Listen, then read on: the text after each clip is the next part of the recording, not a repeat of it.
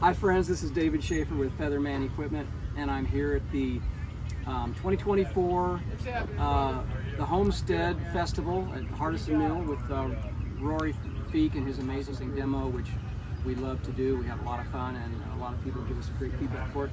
And I had the idea of asking Joel to start from way back when, in the 80s, when he first started farming and developing all of his ideas and being passionate about the land and the animals and the people, the community, and highlight the bumps along the way that have really elevated the cause. Like Michael Pollan was here and Joel interviewed him brilliantly, and they talked about, I'm thinking of we because I'm right in there, how Omnivore's dilemma really was like, somebody finally gets us.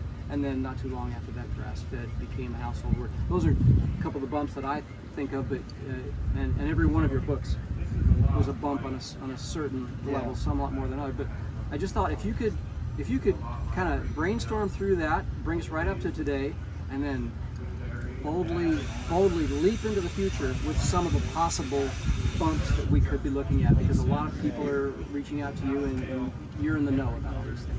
Yeah, well, I would say for me, a couple of the bumps were certainly when Alan Savory left Zimbabwe and came to the U.S. and started holistic management.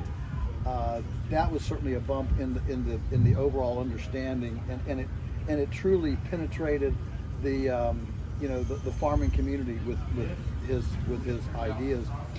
You know, our family was already doing some of this, but it didn't have any traction. He gave us nuts and bolts and nomenclature and some science behind it. And that occurred about the time that Alan Nation got his trip to New Zealand with Vaughn Jones, where Alan was getting on a plane and heard somebody use the term grass farmer, and that was his radar all went off, grass farmer. What was he calling his magazine at that time? It was just the Stockman. Just the Stockman. It was just the Stockman.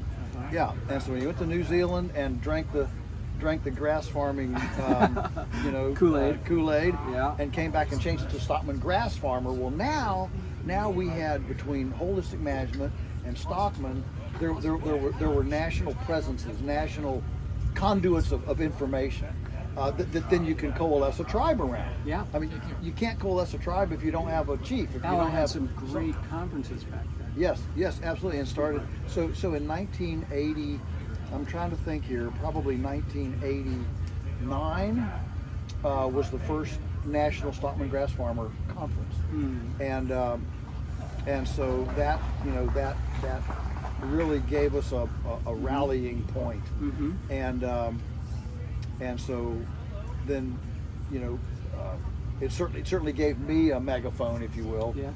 Alan asked me to write column for him, so I started writing a column for him.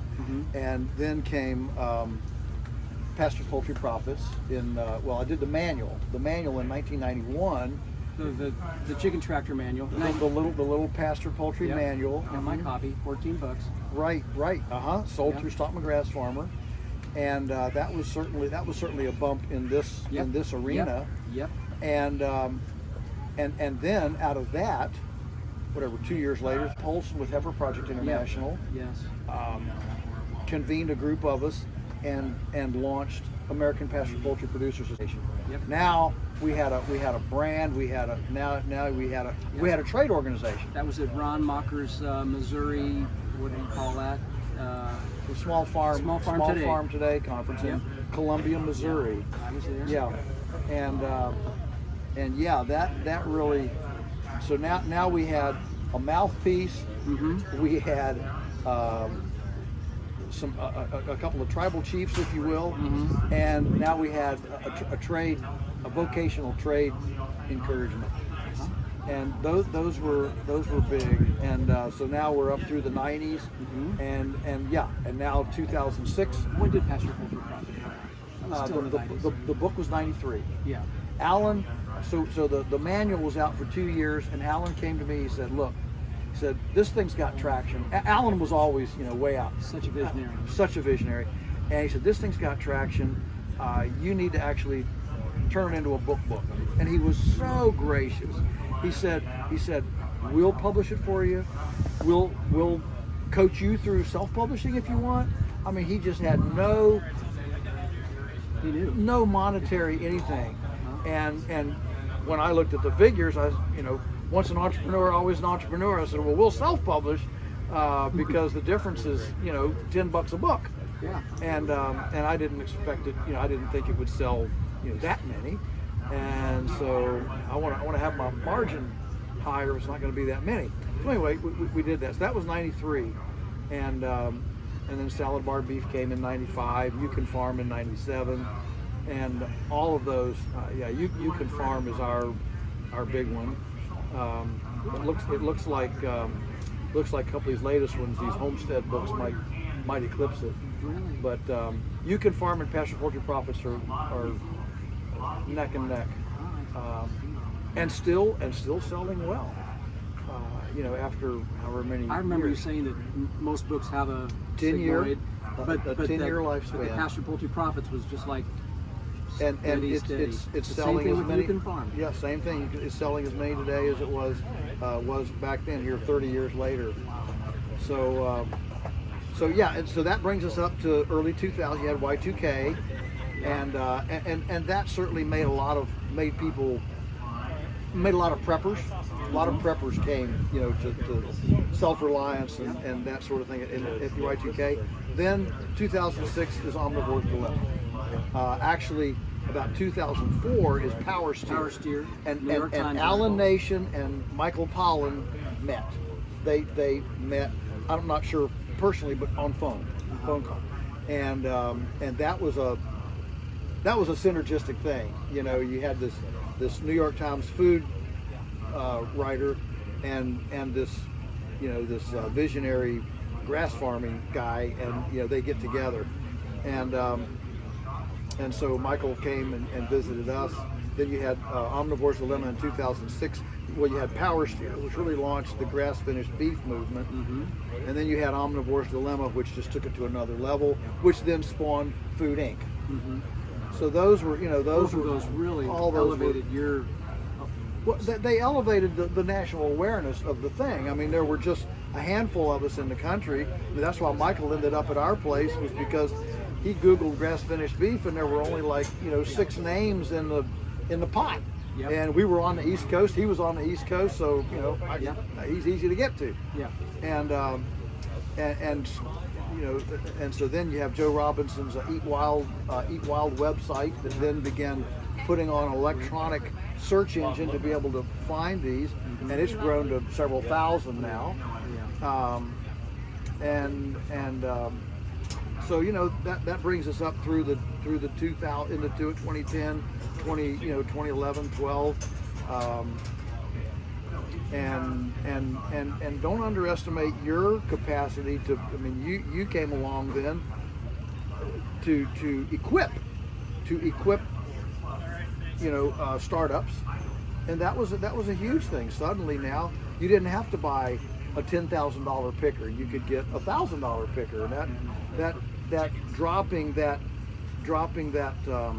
entry level capitalization was massive in the whole scheme of things, and so it's just gradually moved, and then and I think now then you had the ability of people to enter, the ability of people to sell, because you needed this infrastructure that was accessible and easy to use, and that brings us up to almost 2020, and you have COVID, and everything goes crazy. Yeah, the ceiling flew off. I mean, with all the black swan events of COVID, Antifa, BLM, smash and grab, defund the police, then on Cancel right on culture, which you got stepped on by. Yeah, and then you've got Putin invading Ukraine, and that changed things. So you had all these black swan events that now have just, catapulted this awareness. Created this. Yeah. We're in a tsunami. We really are. And yeah. And so, you know, for me, sometimes it's almost like I feel like a Cinderella, you know, that's been kind of in the ashes all this time, and finally and suddenly you're being invited in, you know, to go to the ball. Yeah. And I just feel like we've met kings and riding the wave through. So yeah. Mm-hmm. So what, you know, so here we are. Let's springboard. 2024. Let's springboard. What could happen? I think, what would you like to happen? Well, one really specific thing would be the Prime Act, and of course our great champion, Congressman Thomas Massey out of Kentucky, he's been Cinderella in the ashes too for a long time, and now he's a committee chairman and has orchestrated a kind of a bit of a political coup when the Republicans took over Congress, and right now the Prime Act is still in the Farm Bill, and if it stays, it will be the biggest thing to hit the meat and poultry industry in decades. Explain so the Prime Act allows custom processed meat to be sold intra-state, not across state lines, but within a state, custom processed. So, you know, all those packages that come back stamped not for sale, not for sale, not for sale, you can now sell a T-bone steak inside your own state. Inside your own state. Not engage in commerce and sell across state lines. In the state. And well, let me back up. What it would do, it gives a state the freedom to make that choice.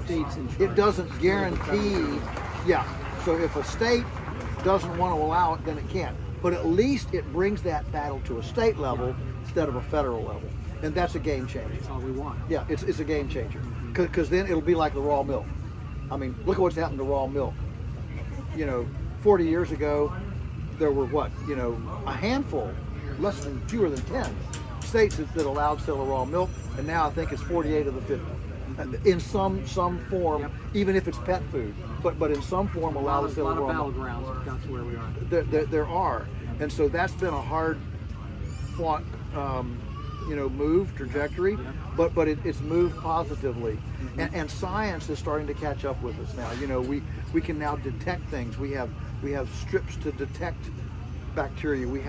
And all of this is bringing the sniff and poke regimented inspection bureaucracy under scrutiny as the system begins to Uberize. Explain. So think about 40 years ago, if somebody said, you know what, in 20 years, millions of people around the world are going to jump into cars with people who haven't been to chauffeur school, they don't have a special license on their car or anything, and they're going to say, take me to some place, and they're going to trust them. You mean with no government oversight? Yeah. You mean no taxi, no chauffeur licenses, no nothing? Yeah, it's going to. We just said that was nuts. Well, that's exactly what happened because of the democratization of audit. With the democratization of the internet, to be able to in real time audit services, it enabled Uber to occur. That was enough to make people comfortable with the system. Yes, absolutely. Because you can rate the driver. If the driver's no good, he doesn't get anybody. And if and the driver can rate the rider. Yep. And if you're a pain as a rider, you never get picked up. The same thing happened with Airbnb. If somebody had said, in 20 years, think about this. In 20 years, the world saw an addition of. You got an animal friend. Animal friend? All right. Saw an addition of hospitality rooms equivalent to Hilton, Marriott, and Sheraton. Think about that. Hilton, Marriott, and Sheraton. Those three chains. That many hospitality rooms occurred in roughly a 10-year span without a single nail being driven. and not a board being cut. I mean, that's unbelievable. So that's the Airbnb-ing, the Uberization. Okay, I got you. And so what's happened is all of that kind of spontaneous, real-time feedback loop auditing is making the regimented industrial bureaucratic oversight unnecessary. And Wow. so, Boy, if we could. yeah. So how do we? Okay, so keep going. Well, What's so next? what this is doing, it is creating, here's what it's doing. It's creating a public appetite. It's creating a public appetite to trust the Internet of Things as much as the government. And that is an ultimately liberating, freeing thing. Sure. Because if we all look at each other and say, "Nah, we trust each other, and I'll take your stars away, if you're not That's good," right.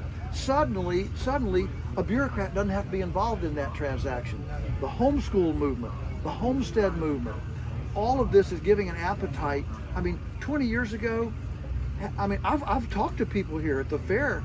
20 years ago, if you'd have said, I'd eat a chicken from a neighbor that didn't have a government label on it, no way. I want that.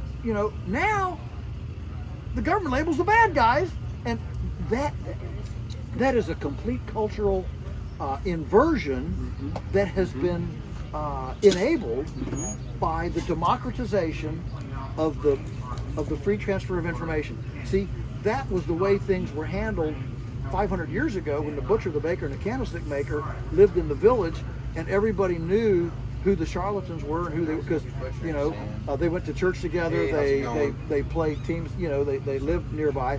Well, then we had the industrial system that put no trespassing signs and razor wire around the big mega processors and facilities. Yeah, you can't go visit a Tyson chicken house. You can't go visit, and so the opaqueness. The industrial scale opaqueness created a public request for an industrial scale oversight. But if you eliminate the industrial scale production and processing, and go crypto on the food system, suddenly nobody's asking for an industrial bureaucratic oversight. Wouldn't that be nice? It sure would be. And so you're seeing this gradual cultural shift. I mean, look, I don't want to get political here, but goodness, 36%, that's the official count, 36% of Americans did not take the COVID jab. Now, that's not 50%, but that is a healthy percentage of people who looked at Fauci and said, "You're lying." I think that's wonderful. I mean, that's close to a revolution. And of course, the RFK Jr. campaign is absolutely tapping into this disgruntlement of what's going on. The Trump phenomenon, same thing. And I'm not here endorsing either one, but I'm just saying that the frustration of the peasants against the elite is growing. And as the elite gain power and influence, Bill Gates buys up, he's the biggest landowner. You see these things develop, and peasants with pitchforks, if there's enough of us, we change things. And that's exactly what's being empowered by a democratized internet that is now fighting back the deep state, fighting back with censorship. And so we'll see where that battle goes. That would eclipse the COVID fund. Sure. That would just be Sure. everything's free. Yeah. Just between you and me. You've always said a consensual relationship. Right. Don't put government That's between right. me and my fork. That's right. That's right. That's right. So, the powers that be are not going to give up easily. It's going to be. We're going to have to stay in there on the front and continue to push and push and push. But reason is on our side. Private,